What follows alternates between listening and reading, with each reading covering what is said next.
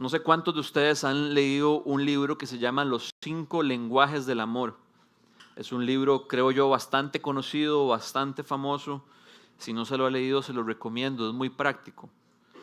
Y básicamente lo que este libro habla es que existen 5 maneras principales o comunes en las que normalmente todo ser humano se siente amado. Estas 5 maneras son palabras de afirmación, tiempo de calidad, actos de servicio, regalos y contacto físico. Entonces, lo que el autor argumenta es que de alguna u otra manera, de alguna de esas 5 cosas, normalmente cuando alguien hace eso nos sentimos amados.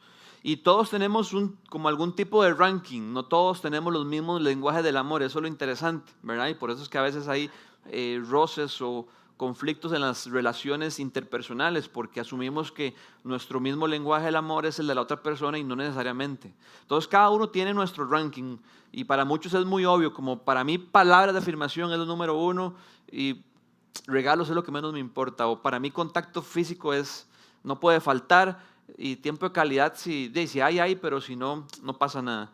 Entonces, me imagino que ustedes ya tienen en su cabeza su ranking, pero independientemente cuál sea nuestra preferencia, yo creo que si somos sinceros, a todos nos gustan los regalos. Hay personas que se vuelven locas con los regalos, y hay personas que es como, ay, gracias por el gesto, es un regalo, pero todo bien, no pasa nada del otro mundo. Pero independientemente en qué extremo estamos, cuando recibimos un regalo es bonito, es especial, nos gusta. Y posiblemente estamos en la época donde más vivimos eso, porque existe la costumbre de que en tiempo de Navidad, cuando llega diciembre, normalmente se acostumbra a dar regalos y a recibir regalos. Entonces creo que todos nos podemos identificar con esa sensación de recibir un regalo. Cuando recibimos un buen regalo, y no me refiero al tamaño ni al precio, sino al sentido de lo que recibimos, nos sentimos bien. Sentimos que alguien estuvo dispuesto a invertir en nosotros. Nos sentimos amados. Alguien sacó de su tiempo para pensar en nosotros, para pensar en nuestros deseos o en nuestras necesidades. Y fue y compró algo para nosotros. Y les digo todo esto porque hoy quiero hablarles de un tema que suele estar detrás de todo regalo que recibimos. Hoy quiero hablarles sobre la generosidad y sobre cómo la generosidad es parte de la voluntad de Dios para nuestras vidas. La palabra generoso o generosidad aparece varias veces en la Biblia, entonces hoy vamos a estar estudiando diferentes pasajes. Hoy no nos vamos a concentrar en una sola porción, sino que vamos a ir a varios lugares de la Biblia. Pero para empezar me gustaría darles una definición bíblica de qué es la generosidad y la tenemos en la pantalla. La palabra generoso o generosidad se origina de una palabra en el griego que es eumetadotos. Y esta palabra en el griego es una palabra compuesta por 2 palabras. Eu, que significa bueno, y metadotos, que viene de metadidomi, que significa compartir o dar. Entonces podríamos decir rápidamente que generosidad es compartir o dar algo bueno. Pero si quisiéramos una definición más robusta, encontré esta. Generosidad es la disposición a compartir los recursos con los demás con una buena voluntad y entusiasmo por dar, lo cual refleja un corazón abierto y bondadoso. Generosidad es dar con las manos abiertas. Así se llama el sermón de hoy, manos abiertas. Generosidad es dar de buena gana, generosidad es compartir algo bueno, es hacerlo con entusiasmo, que venga de un corazón lleno de amor y bondad. Generosidad es dar con manos abiertas. ¿Y cuáles recursos caben dentro de la generosidad? Bueno, pues caben todos, nuestro tiempo, nuestros talentos, nuestras habilidades, nuestro dinero, nuestra familia, nuestro trabajo, toda nuestra vida. Dios quiere que seamos generosos con todo lo que nos ha dado. Algunos sinónimos de generosidad son esplendidez, dadivosidad, desprendimiento y desinterés. Mientras que algunos antónimos son egoísmo, tacañería y avaricia. Y hablo de sinónimos, de antónimos, de el origen de la palabra y el significado de la palabra, porque quiero que todos estemos en la misma página por el resto del sermón. La razón por la que quiero hablarles de generosidad se debe a dos razones. Primero, porque es algo que constantemente Dios trabaja en mi corazón. No es algo que se me da con facilidad. Cuando soy generoso tengo que hacer un esfuerzo por hacerlo. Y segundo, porque en algún momento del año, no me acuerdo cuándo, estaba leyendo la Biblia y leí un versículo que había leído ya en varias ocasiones, pero en esta ocasión saltó a mi mente e impactó mi vida de una manera diferente. Y ese versículo es 2 Corintios 8:7, que dice así. Pablo les escribe a los corintios y les dice: pero ustedes, así como sobresalen en todo, en fe, en palabras, en conocimiento, en dedicación y en su amor hacia nosotros, procuren también sobresalir en esta gracia de dar. Obviamente este versículo tiene un contexto y lo más responsable es que se los explique. Y en pocas palabras el contexto es lo siguiente. Hubo una época en el primer siglo donde se desató una gran hambruna. Esta época fue entre el año 41 después de Cristo y el año 54 después de Cristo. El emperador de Roma era el emperador Claudio. Y como consecuencia de esta gran hambruna, la iglesia en Jerusalén se vio muy afectada. Si alguno quiere saber dónde puede encontrar eso en la Biblia, está en Hechos capítulo 11, 27 al 30. Y a raíz de esta gran hambruna, Pablo y las iglesias que él había plantado entre los gentiles, es decir, aquellos que no eran judíos, se empezaron a poner de acuerdo para hacer una colecta y enviarla a los judíos que estaban en Jerusalén para poder ayudarles y ser solidarios y echarles el hombro. ¿Por qué las iglesias de los gentiles hicieron la colecta para los judíos de Jerusalén que se habían vuelto al cristianismo? Bueno, pues posiblemente porque en Jerusalén estaba la concentración más grande de creyentes.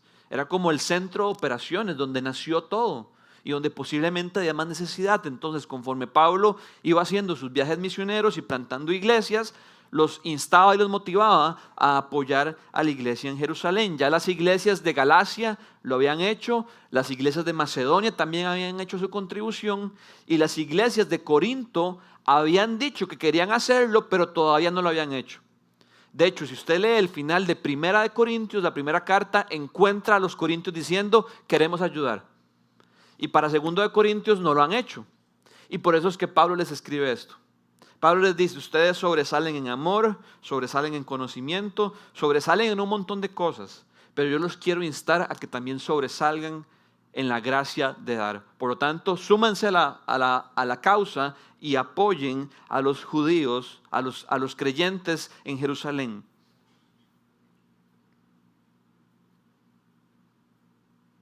Entonces, ese es el contexto de lo que acabamos de leer. Pablo les dice: procuren también sobresalir en la gracia de dar. Es decir, sigan sobresaliendo en lo anterior, pero no descuiden esto, porque esto es muy importante. En otras versiones, en vez de sobresalir, dice abunden. Entonces Pablo está llamando a los corintios y nos está llamando a nosotros a sobresalir y a abundar en la gracia de dar. Sobresalir implica ser distinguido por algo. Cuando alguien es sobresaliente en algo, se evidencia, es notable, se separa del resto. Y abundar implica que algo sea constante y frecuente. Cuando Pablo aquí habla de abunden en la gracia de dar, no está diciendo den un montón en cantidad. No, Pablo lo que se está refiriendo es que la generosidad sea algo constante en su vida. Que la generosidad sea algo frecuente en su vida. Y por eso es que antes dice sobresalgan en esto, que sea lo que nos caracterice. Y cuando pensé en esto, pensé en las cápsulas de Canal 7 que siempre salen en diciembre de Sueños de Navidad, ¿verdad? Son como historias muy, muy fuertes, ¿verdad? Inclusive a veces un poco como crueles, como que uno no puede dimensionar cómo ¿Cómo una familia puede estar pasando tanta necesidad? Y un día esto estaba viendo Canal 7 en la mañana y cuando estaba viendo eso me dio cólera. Pero les voy a decir por qué me dio cólera. Me dio cólera porque yo dije, ¿por qué esto solo sale en diciembre? ¿Por qué no sale todos los días o al menos una vez a la semana durante todo el año? ¿Por qué es que diciembre es la época para dar? Eso no es lo que Pablo nos está llamando. Pablo nos está llamando a que seamos constantes, a que sea algo frecuente, a que abundemos y nos distingamos por eso. Entonces, cuando yo leí este versículo, en algún momento del año, lo primero que hice fue preguntarme si esto describe mi vida. Soy una persona que sobresale y abunda en generosidad. El texto dice, procuren sobresalir, procuren abundar. Procurar es hacer un esfuerzo para que algo suceda. Posiblemente algunos de ustedes procuró llegar temprano a la iglesia. Algunos lo lograron, otros no. Pero cuando procuramos algo, tomamos una serie de pasos, de acciones para un objetivo determinado. Y Pablo nos dice que seamos así con este tema. Procuren, hagan un esfuerzo para que usted pueda sobresalir y abundar en la generosidad. Entonces yo me pregunto, ¿soy una persona que procura esto? Yo quiero invitarlos a que tomen esas dos preguntas y las hagan suyas y se examinen. Examinen su corazón, examinen su vida.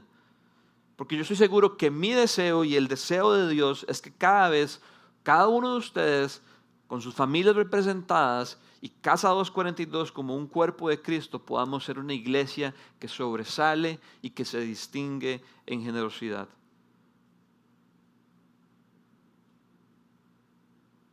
Pero ¿saben qué es lo más impresionante de todo? Que el texto diga, procuren sobresalir en esta gracia de dar. Pablo pudo haber dicho, procuren sobresalir en el dar. Y el mensaje se hubiera entendido igual. Ok, debo esforzarme por dar. Pero Pablo estaba interesado en algo más profundo. Por eso es que dice, procuren sobresalir en la gracia de dar. Cuando la Biblia habla de gracia, literalmente habla de un regalo. Entonces, lo que Pablo nos está enseñando es que de la perspectiva bíblica, el dar, la generosidad, desde la perspectiva de Dios, es un regalo para nuestra vida. Y quizás algunos de nosotros estamos pensando, ¿cómo funciona eso? No lo entiendo, porque es totalmente contracultural. Lo normal es que algo sea considerado un regalo cuando lo recibimos y no cuando lo damos.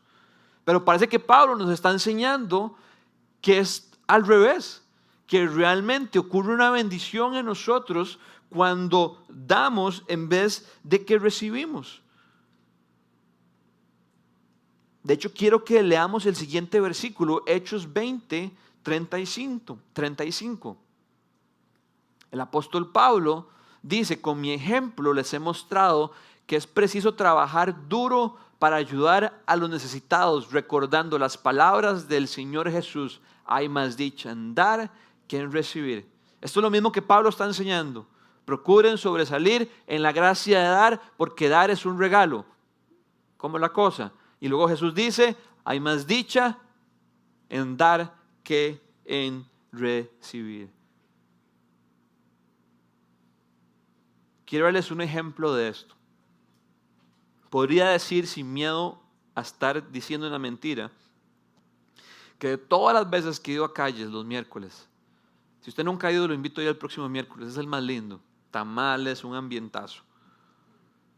De todas las veces que he ido a calles o he ido a chiroles, siempre hay al menos una persona que en algún momento del viaje afirma lo siguiente: yo vine aquí pensando que venía a ayudar, yo vine aquí pensando que venía a servir, yo venía aquí pensando que venía a bendecir a otros, pero quien se va bendecido soy yo. ¿Por qué? Porque hay más dicha en dar que en recibir. Así que lo que Dios desea para nosotros no solamente es que sobresalgamos y abundemos en la generosidad, sino que cuando seamos generosos, realmente experimentemos dicha en nuestro corazón.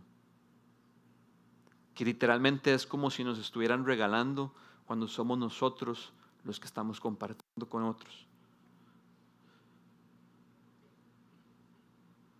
Y si ustedes son como yo, que ojalá no sean muchos, que tal vez esto no nos sale tan natural, quiero compartirles varios puntos que nos pueden ayudar, y mi oración es que nos ayuden a que esto cada vez sea una realidad cada vez más presente en nosotros. Antes de los 5 puntos quiero decir algo que no dije ayer, pero que creo que es lo más práctico del mundo. La generosidad es un músculo. Conforme usted empieza a dar, el músculo se empieza a hacer más fuerte. La semana pasada yo ya sabía que me tocaba predicar este fin de semana, sabía que me tocaba este tema, y cuando estaba en la cafetería, sabía que Charlie estaba detrás mío, y yo le dije, Charlie, yo lo voy a invitar. Y alguien podrá pensar, uy, qué generoso, un café de 1000. Bueno, pero es que así se empieza. Entonces simplemente hago ese paréntesis porque puedo dar los 5 puntos, pero en algún momento hay que soltarse y hay que echarse al agua. Entonces vamos a empezar con el primer punto. Para ser generosos debemos conocer la generosidad de nuestro Padre. Nuestro Dios, el Dios de la Biblia, es un Dios generoso. Es parte de su naturaleza, es parte de quién Él es parte de su ADN. Y quiero que veamos los siguientes 2 versículos del libro de Hechos. Hechos 14, 16 al 17 dice así. En épocas pasadas, Dios permitió que todas las naciones siguieran su propio camino. Sin embargo, no ha dejado de dar. Es un Dios generoso, es un Dios que da. No ha dejado de dar testimonio de sí mismo. ¿Cómo da testimonio de sí mismo? Haciendo el bien, dándonos lluvias del cielo y estaciones fructíferas, proporcionándonos comida y alegría del corazón. Como parte del cuidado providencial de Dios, gobernando su creación, Él nos da lluvias, nos da estaciones fructíferas, nos da comida y nos da alegría en el corazón. Y yo estoy seguro que esta lista que está aquí no es una lista exhaustiva, sino solo una pequeña muestra de lo mucho que Dios nos da y nos provee. En realidad, Dios es tan generoso que todo lo que tenemos proviene de Él. 3 capítulos después, en Hechos capítulo 17, versículo 24 al 25, leemos lo siguiente. El Dios que hizo el mundo y todo lo que hay en él es Señor del cielo y de la tierra. No vive en templos construidos por hombres, ni se deja servir por manos humanas, como si necesitara de algo. Por el contrario, Él es quien da a todos la vida, el aliento y todas las cosas. Dios es quien da a todos la vida, el aliento y todas las cosas. Por eso fue que empecé el servicio diciendo que mientras haya aliento en nosotros, alabemos al Señor. Así que Dios no solamente nos da las cosas que poseemos, sino que nos da el aliento y la vida misma. Si usted está aquí vivo, respirando, exhalando, es porque Dios lo está sosteniendo y le está dando vida en este momento. Sin embargo, nada de las cosas que Dios nos da, ni inclusive la vida misma, se compara con la generosidad de Dios mostrada en el Evangelio. El Evangelio siempre es el lugar donde todos los atributos de Dios, donde toda su naturaleza brilla con mayor esplendor. Romanos capítulo 8, versículo 32 dice así: el que no escatimó ni a su propio Hijo, sino que lo entregó por todos nosotros, ¿cómo no habrá de darnos generosamente junto con Él todas las cosas? Escatimar es disminuir o escasear lo que se ha de dar o hacer, acortándolo todo lo posible. Voy a repetirlo. Escatimar es disminuir o escasear lo que se ha de dar o hacer, acortándolo todo lo posible. Cuando alguien escatima, está acortando lo más que se pueda. Y el Padre no hizo eso con su Hijo. No lo retuvo, sino que lo dio por nosotros. Como dice el famoso Juan 3:16, porque de tal manera amó Dios al mundo. No, es que ya me trabaron, ¿ve? No me dejaron decirlo. Porque tal manera amó Dios al mundo que dio a su Hijo unigénito para que todo aquel que cree en Él no se pierda, mas tenga vida eterna. De tal manera amó Dios al mundo que dio a su Hijo unigénito, a su único Hijo. No lo escatimó, lo entregó por nosotros. Dios dio a su Hijo. Mi oración es que eso nunca nos pare de sorprender, que eso nunca nos pare de impactar. Pero lo más lindo de todo no fue que solamente el Padre dio a su Hijo, sino que el Hijo se entregó voluntariamente. Segunda de Corintios 8:9 nos habla de esto. Dice así: ya conocen la gracia de nuestro Señor Jesucristo, que aunque era rico, por causa de ustedes se hizo pobre, para que mediante su pobreza ustedes llegaran a ser ricos. Aquí no nos está hablando de una riqueza material, nos está hablando de algo más importante. Jesús, el Rey de Reyes, Señor de Señores, el Hijo de Dios, uno con Dios, el Eterno, el nunca creado, se hizo pobre por nosotros. Y se hizo pobre rebajándose, encarnándose en un cuerpo humano, dejando el cielo para venir a habitar en medio de un pueblo de labios impíos, en medio de las tinieblas, en medio de un pueblo y de un mundo que le dio la espalda. Y se humilló y se hizo tan pobre que terminó colgado de un madero para tomar nuestro lugar, para cargar nuestro castigo, para sufrir las consecuencias de nuestros pecados, Él siendo inocente. Se hizo pobre para hacernos ricos. ¿Y cómo nos hacemos ricos? Cuando ponemos nuestra fe en ese Hijo de Dios, el Padre nos bendice y nos une a su Hijo, y todo lo que es del Hijo ahora es nuestro: su perfección, su rectitud, su justicia, su santidad. Somos hechos ricos. Estábamos en pobreza, en bancarrota espiritual, y terminamos siendo herederos de Dios y coherederos con Cristo. Todo lo que es del Hijo es ahora nuestro. Esas son las buenas noticias del Evangelio. Para que podamos ser generosos, esto es lo que tiene que habitar en nuestro corazón, tiene que ser el fundamento de nuestra vida. Podemos ser generosos cuando conocemos y entendemos a nuestro Padre que es generoso. Punto número 2, para ser generosos no solamente tenemos que conocerlo, sino que debemos experimentar la salvación de Cristo. Yo creo que es imposible ser realmente generosos sin que Cristo nos salve. Y tal vez algunos pueden estar pensando: pues yo conozco muchos no creyentes que son muy generosos. Posiblemente, al rato sí. Pero yo me pregunto en cuáles serán las intenciones de su corazón.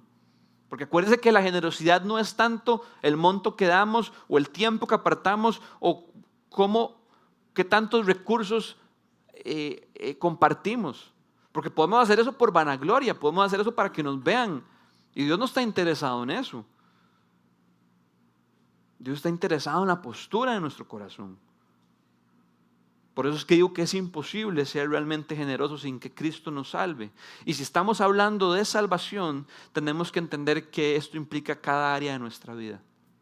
Cuando yo estaba en el colegio y empecé a acercarme a Dios, fui a muchos campamentos, y uno de los muchos que fui hablaba de que nuestra vida es como una casa para Dios. Y que en una casa hay muchos cuartos. Está la cocina, está la sala, está el garaje, está el baño, está la casa. Y las personas que prepararon esos estudios de Biblia muy creativamente hablaban de que cada casa representaba un área de nuestra vida. Y el objetivo final de los estudios era comunicar que no era posible vivir un cristianismo donde uno le decía a Dios: Dios, te entrego el garaje y la cocina y los baños, pero el cuarto no entre. Dios quiere todos los cuartos de nuestra vida. Su salvación quiere transformar todo lo que somos, y eso implica nuestros recursos. No podemos decirle a Dios: Dios, tome las 2 bolsas de adelante, pero las de atrás ni meta la mano. No, Dios quiere meter mano en nuestra vida, en todo lo que somos. Y eso ciertamente implica nuestro dinero. De hecho, la Biblia está llena de pasajes que nos hablan de esto. Ya les dije que generosidad es recursos, talentos, dones, habilidades, dinero, todo lo que tenemos. Pero de alguna manera u otra voy a estar haciendo un poquito más de énfasis en el dinero. Es interesante que en el Evangelio de Lucas, en el capítulo 18 y 19, encontramos un gran contraste. Primero encontramos la historia del joven rico, que llega donde Jesús y le dice: Maestro bueno, ¿Qué tengo que hacer para heredar la vida eterna? Y Jesús le responde, cumple los mandamientos. No mates, no robes, no cometas adulterio, honra a tu padre y a tu madre. Y el joven le dice, ok, todo eso lo he hecho y desde que era muy joven. Y entonces el Señor le dice, ok, solo tienes que hacer una cosa más. Vende todo lo que tienes y dáselo a los pobres.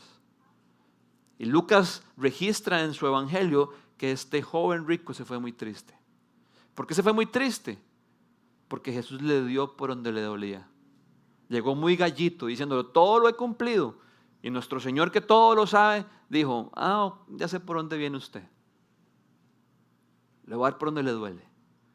Y cuando el Señor le dijo eso, el hombre se fue muy triste porque no fue capaz de dar aquello que lo tenía atrapado.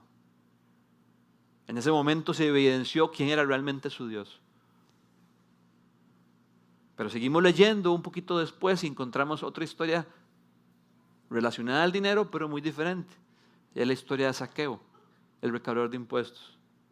Un hombre que también era muy rico, pero a diferencia del joven rico, se había hecho rico por medios no piadosos, estafando a la gente, cobrándoles más de lo que tenían que cobrarles. Y dice que Jesús iba a pasar por la ciudad de Zaqueo, y Zaqueo era chiquitito. Y entonces se subió a un árbol para poder ver a Jesús. Y Jesús iba caminando y lo vio trepado en el árbol y le dijo, Zaqueo, baja de ahí, porque hoy voy a cenar contigo en tu casa. Y Zaqueo bajó soplado, se fue a la casa y recibió a Jesús. Y apenas Jesús entró a la casa, Zaqueo le dice al Señor, Señor, voy a dar la mitad de todos mis bienes para darle a los pobres. Y si en algo he defraudado a alguien, se lo va a reponer 4 veces. ¿Y qué le dice el Señor a Zaqueo? Le responde, ciertamente la salvación ha llegado hoy a este lugar. ¿Por qué? ¿Por sus obras? No. Por su fe en el Señor, que se vio reflejada en sus obras, en su arrepentimiento.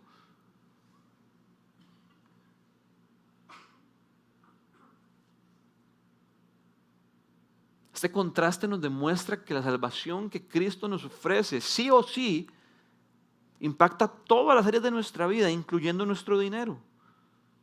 La administración de nuestros recursos y cómo lo hacemos es parte de los frutos que Dios quiere cosechar en nuestra vida. Quiero que veamos qué interesantes estos 2 ejemplos. Primera de Juan 3:17 dice así: si alguien que posee bienes materiales ve que su hermano está pasando necesidad y no tiene compasión de él, ¿cómo se puede decir que el amor de Dios habita en él? Son palabras fuertes. Si usted ve que alguien está en necesidad, un hermano, dice el texto, y aquí se está refiriendo al contexto de una iglesia, nuestros hermanos en la fe, la familia de Dios, y no hay compasión, dice el apóstol Juan, ¿cómo podemos decir que el amor de Dios habita en uno? O sea, hay una correlación entre el amor de Dios habitando en mi vida y cómo yo administro lo que Dios me ha dado. Santiago 2, 14, 17. Mismo principio. Hermanos míos, ¿de qué le sirve a uno alegar que tiene fe si no tiene obras? ¿Acaso podrá salvarlo esa fe? Supongamos que un hermano o una hermana no tiene con qué vestirse y carecen del alimento diario. Y uno de ustedes les dice que les vaya bien, abríguense y coman hasta saciarse, pero no les da lo necesario para el cuerpo. ¿De qué servirá esto? Así también la fe por sí sola, si no tiene obras, está muerta. Santiago está haciendo un punto y es que la fe que salva, la fe genuina, tiene obras.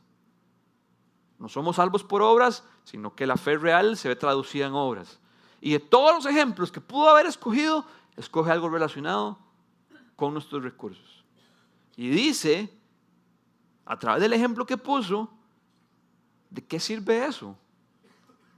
Si no hay obras, la fe está muerta. Entonces solo quiero que vean cómo realmente la Biblia nos enseña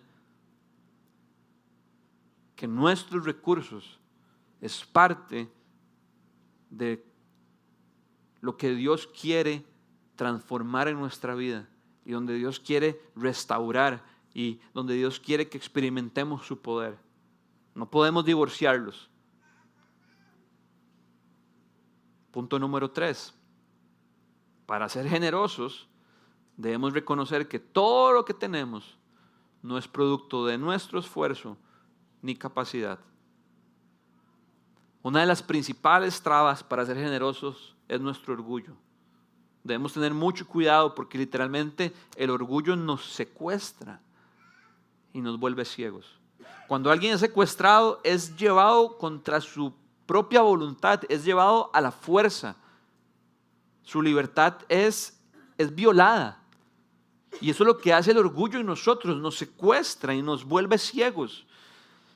Somos orgullosos cuando creemos en el engaño de que lo que tenemos es mejor no compartirlo porque nos ha costado mucho conseguirlo. Y porque hemos trabajado muy duro para obtenerlo. Posiblemente hemos trabajado muy duro. Posiblemente ha sido con el sudor de nuestra frente. Pero cuando pensamos así estamos olvidando el punto anterior. Que todo lo que tenemos es porque Dios ha decidido dárnoslo y no porque nosotros no lo hemos ganado.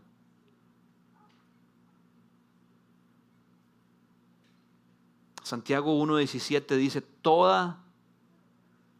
me gusta que la Biblia sea tan absoluta, me gusta, toda buena dádiva, no hay grises, toda buena dádiva y todo don perfecto descienden de lo alto, donde está el Padre que creó las lumbreras celestes, el sol y la luna y las estrellas, todo el universo, y que no cambia como los astros, ni se mueve como las sombras.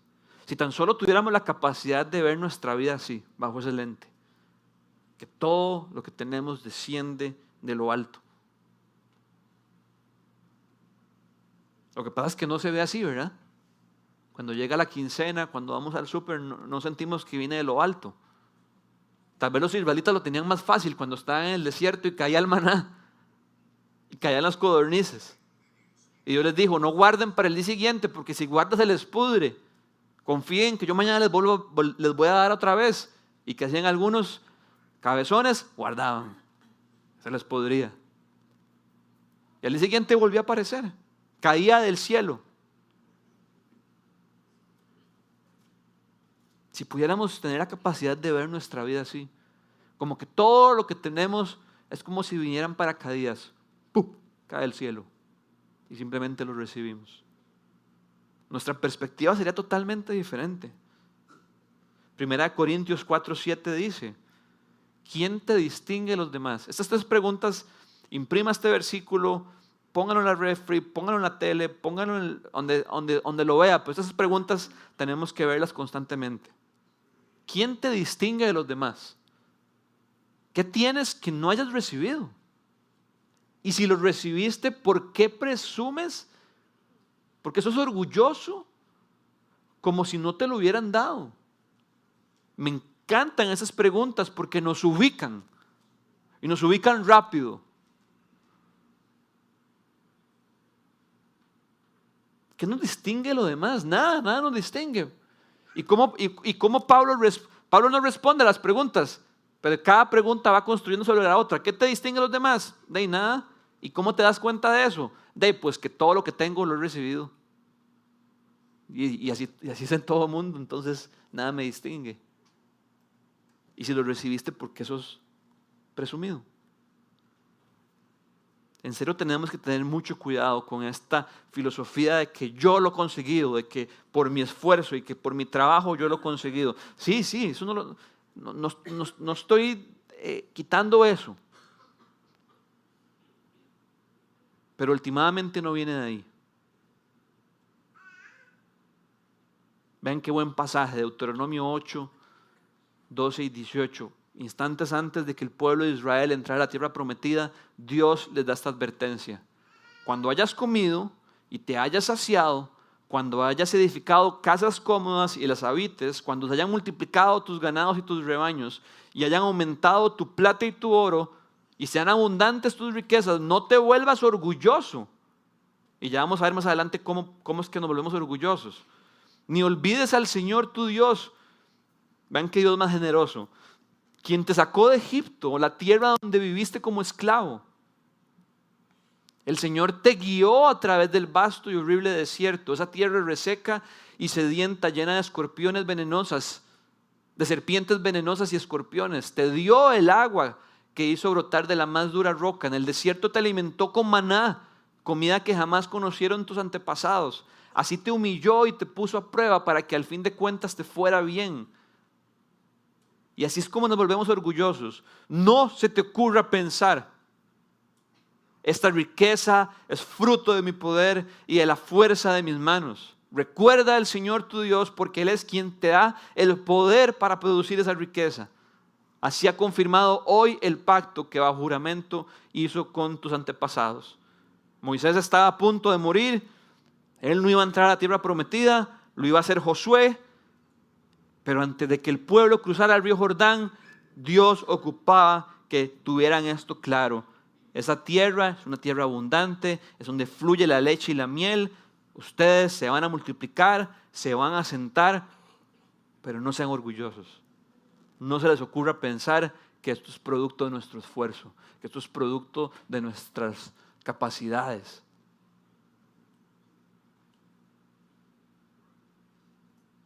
Todo esto quiere decir que la generosidad fluye de un corazón que se sabe administrador en vez de propietario. Cuando nos vemos como propietarios, nos adueñamos de las cosas. Las consideramos nuestras cuando en realidad le pertenecen a Dios.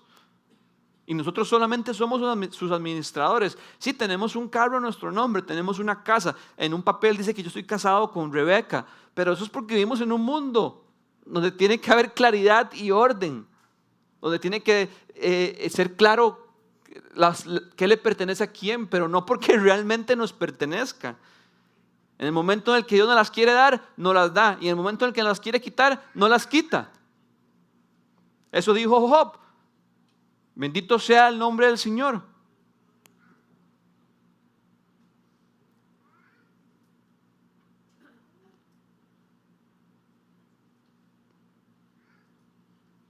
Cuando nos vemos como propietarios, nos adueñamos de las cosas, cuando en realidad siempre le han pertenecido al Señor. David tenía claro esto cuando construyó el templo. Primera de Crónicas 29 dice lo siguiente: pero ¿quién soy yo y quién es mi pueblo para que podamos darte estas ofrendas voluntarias? En verdad tú eres el dueño de todo, y lo que te hemos dado, de ti lo hemos recibido. Es como simplemente: Señor, tómalo de vuelta. Nunca me perteneció. Un buen administrador es aquel que no solamente hace un buen uso de los recursos, sino que los destina para los propósitos del dueño. A veces pensamos que ser buenos administradores es multiplicarlo. ¿A qué montón multipliqué? Pero ¿para qué lo multiplicaste? Ser buen administrador es hacer un buen uso de los recursos, pero para los propósitos del dueño. Y así es como Dios quiere que administremos todo lo que nos da. Cuando tenemos esto claro, encontramos menos resistencia a soltar lo que tenemos, porque en realidad nunca nos ha pertenecido. Literalmente nuestra vida debería ser: Señor, ¿qué quieres que haga con esto? Llegó el aguinaldo: Señor, ¿qué quieres que haga con mi aguinaldo?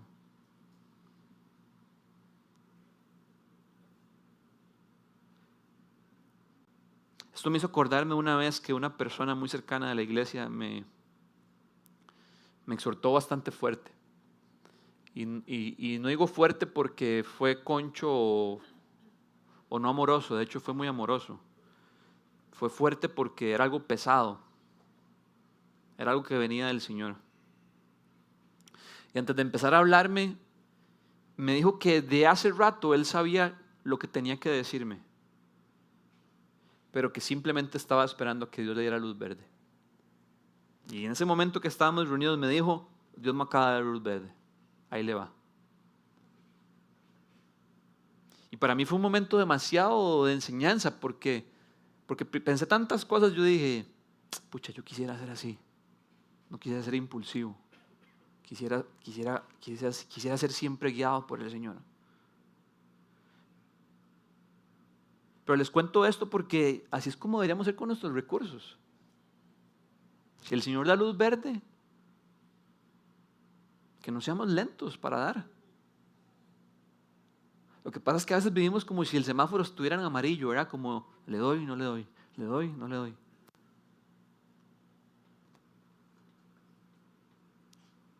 Creo que podemos ser rápidos para dar cuando entendemos eso, que en realidad nunca nos ha pertenecido nada. Punto número 4. Para ser generosos, debemos verdaderamente creer que el acumular riquezas es algo engañoso y pasajero. Aquí no me puedo extender mucho porque los versículos abundan. Así que solo quiero leerles 2. Eclesiastés 5:10. Quien ama el dinero, de dinero no se sacia. Quien ama las riquezas nunca tiene suficiente. Y dice Salomón, de quien se dice que fue quizás el hombre más sabio, también eso es absurdo. Proverbios 23, 4-5, que también se le atribuye a Salomón, dice lo siguiente: no te afanes acumulando riquezas, no te obsesiones con ellas. ¿Acaso has podido verlas? Y tal vez muchos decimos, sí, yo las he visto y las he disfrutado. Y Salomón dice, no existen. Es como si les salieran alas, pues se van volando como las águilas. De repente hay y de repente no hay. Son pasajeras y son engañosas. Por eso es que el punto dice que tenemos que verdaderamente creer esto. Porque si no, nuestra tendencia va a ser lo opuesto: amar el dinero y buscar saciarnos con el dinero y acumular riquezas. Pero Salomón dice, no te afanes. Estar afanado es como tener el corazón revolucionado. Es como cuando uno va a hacer la revisión técnica y en la prueba de gases les dicen, póngalo 2500 y uno está... Y uno ni se está moviendo. Entonces es como raro, como, qué raro suena el carro, ¿verdad? Estoy aquí parqueado y suena fuerte y así está nuestro corazón. Pensamos que estamos avanzando, pero no estamos avanzando, más bien estamos afanados, estamos revolucionando. La generosidad no tiene sentido matemático. Si usted tiene 100 y da 20, le quedan 80. Y desde la perspectiva bíblica, de alguna manera, Dios dice 80 es más que 100. Y uno dice como, ¿cómo? No me cierran los números. No tiene sentido lógico. Pero Dios nos enseña en su palabra que hay un valor invisible que sí es mucho mayor.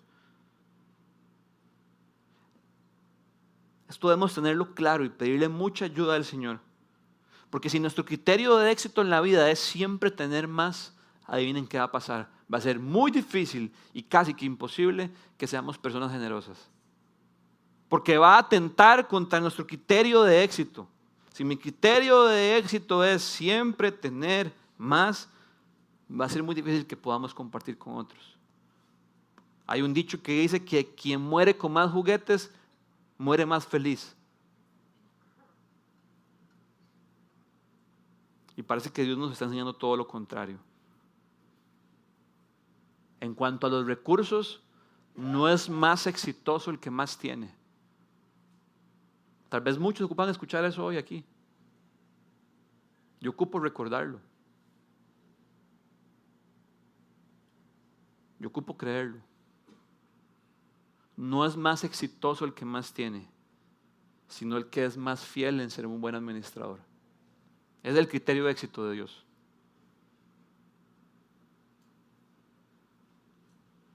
Cuando estaba trabajando en este mensaje, estaba en mi computadora y me agarró un antojo fuertísimo de palomitas.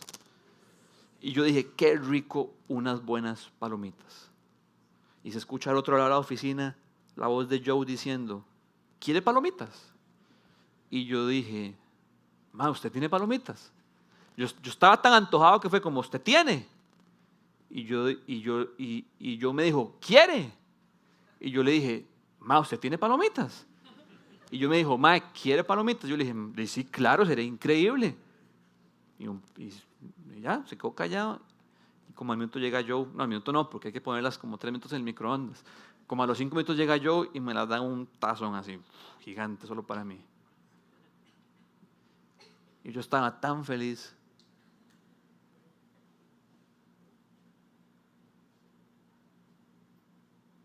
¿Cuánto valen unas palomitas? 800, 900 en el súper.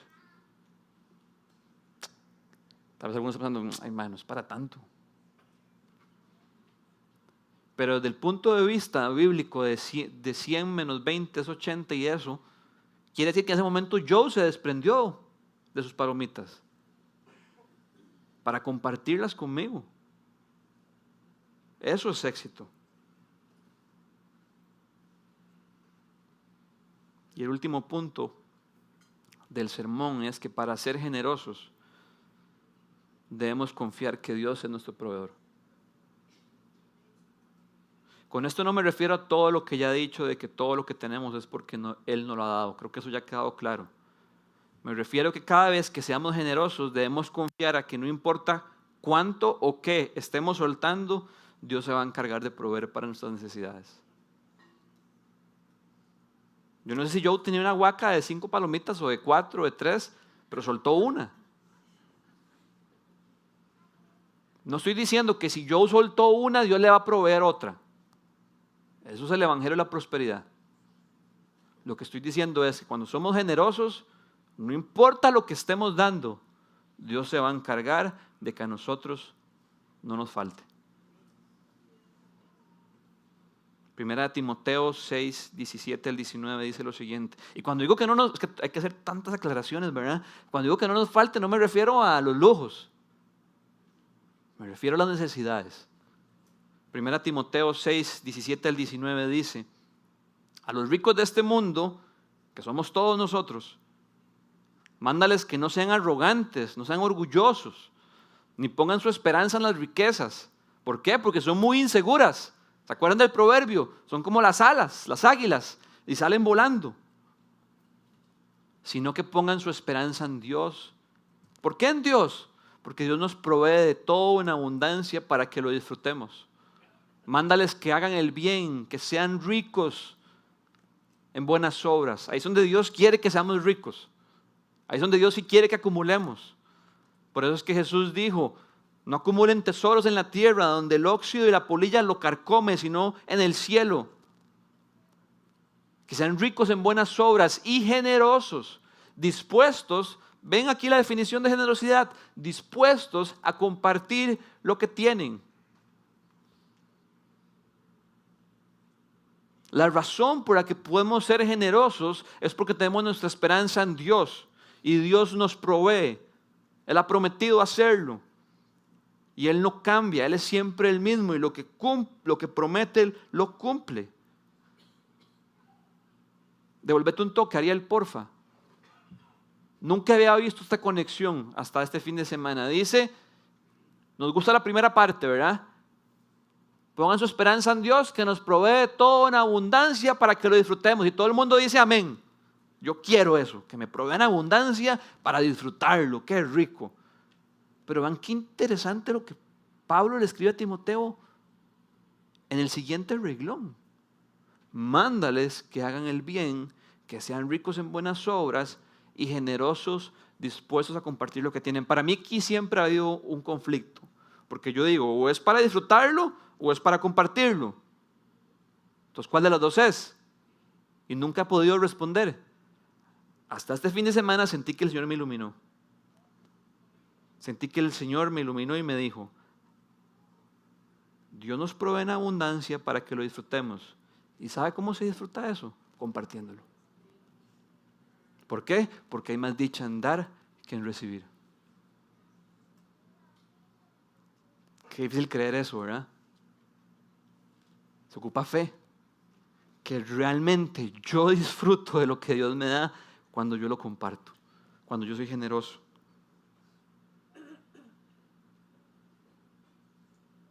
Termino con este pasaje a modo de inspiración para todos nosotros. ¿Se acuerdan de que Pablo hacía colectas? Las de Galacia ya habían dado, los de Macedonia también. Bueno, cuando Pablo le dice a los corintios que sobresalgan y abunden en la gracia de dar, Pablo utiliza el ejemplo de las iglesias de Macedonia para inspirarlos. Y por eso yo quiero terminar con esto, porque yo creo que es inspirador. Segunda de Corintios 8, del 1 al 4, dice lo siguiente.